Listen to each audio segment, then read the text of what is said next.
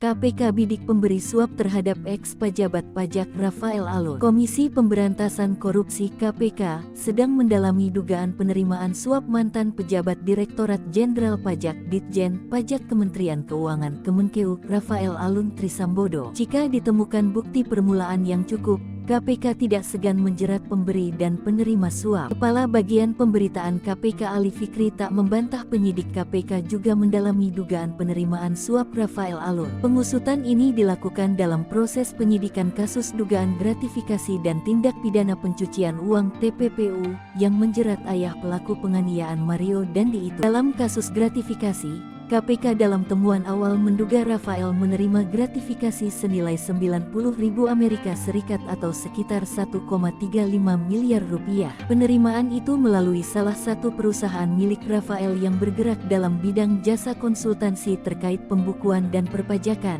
PT Arta Mega Ekadana (AME). Kabar teranyar, KPK mendeteksi nilai dugaan pencucian uang Rafael dari hasil tindak pidana korupsi hampir 100 miliar rupiah. Sejumlah aset Rafael bernilai fantastis telah disita KPK. Sebab itu, lembaga anti rasuah mendalami dugaan penerimaan suap Rafael. Perbedaannya, pemberi gratifikasi tidak bisa dihukum menurut UU kecuali suap. Kalau suap kan bisa penerima dan pemberi. Tapi yang pasti basisnya kecukupan alat bukti, kata Ali.